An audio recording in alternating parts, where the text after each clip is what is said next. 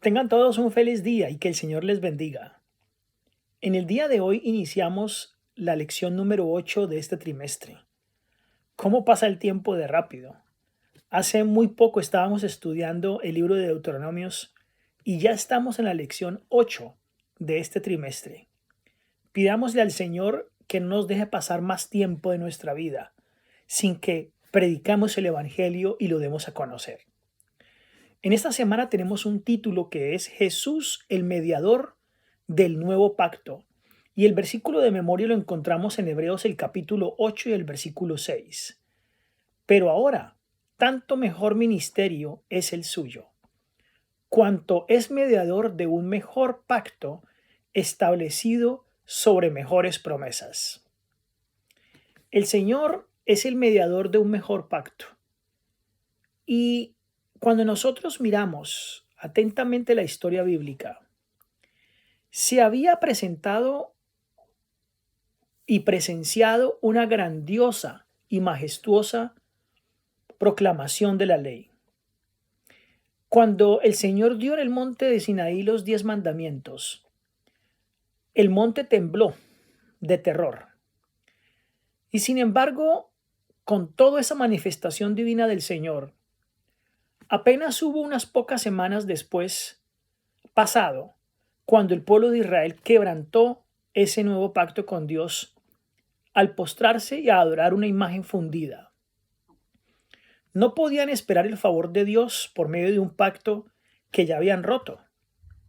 Entonces, viendo su pecaminosidad y su necesidad de perdón, llegaron a sentir la necesidad del Salvador revelado en el pacto de Abraham y simbolizado en los sacrificios. De manera que, mediante la fe y el amor, se vincularon con Dios como su libertador de la esclavitud del pecado. Ya estaban capacitados para apreciar las bendiciones de ese nuevo pacto. Los términos del pacto antiguo eran obedece y vivirás. El hombre que lo hiciere viviría en ellos. Eso está en Ezequiel 20:11 y en Levíticos 18:5. Pero maldito el que no confirmare las palabras de esta ley para cumplirlas, dice Deuteronomio 27:26. El nuevo pacto se estableció sobre las mejores promesas.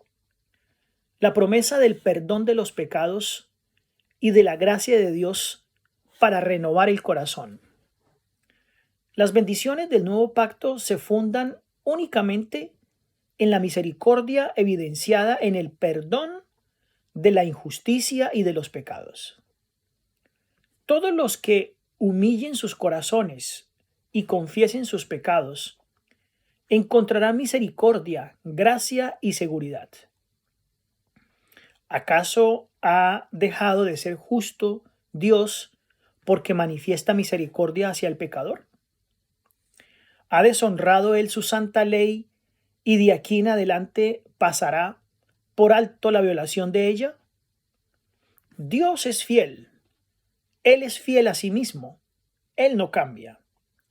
Las condiciones de la salvación son siempre las mismas. Bajo el nuevo pacto, las condiciones mediante las cuales se puede obtener la vida eterna son las mismas que en el antiguo pacto, a saber, una obediencia perfecta. En el nuevo y mejor pacto, Cristo ha cumplido la ley en favor de los transgresores de ella. Si lo reciben por fe como Salvador personal. En el pacto mejor son purificados de pecado por la sangre de Cristo.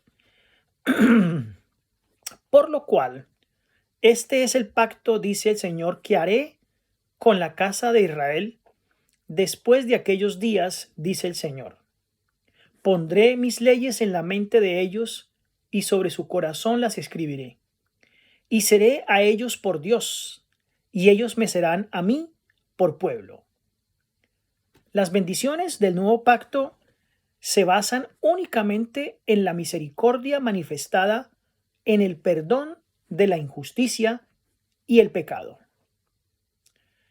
El Señor especifica claramente porque seré propicio a sus injusticias, y nunca más me acordaré de sus pecados y de sus iniquidades. Lo dice Hebreos el capítulo 8 y el versículo 12.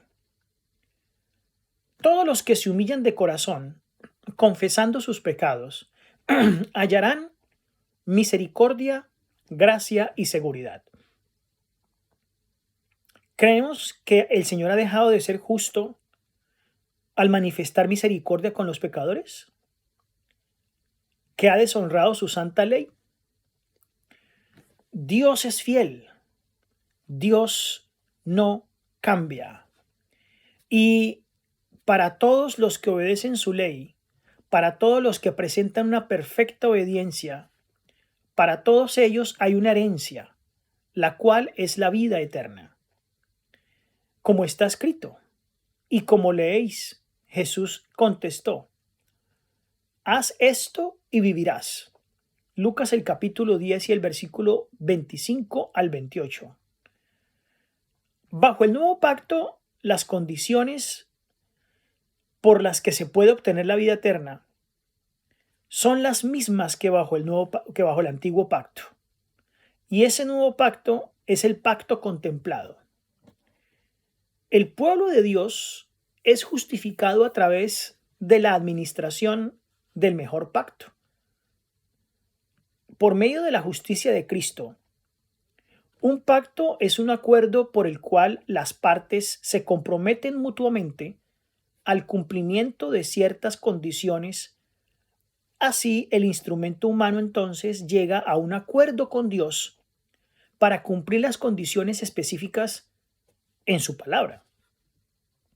Su conducta pone de manifiesto si respeta o no esas condiciones. El ser humano gana todo obedeciendo a Dios, que cumple con el pacto. Los atributos de Dios no son impartidos, son para capacitar en misericordia y en compasión. El pacto de Dios nos da la certeza del carácter inmutable del Señor.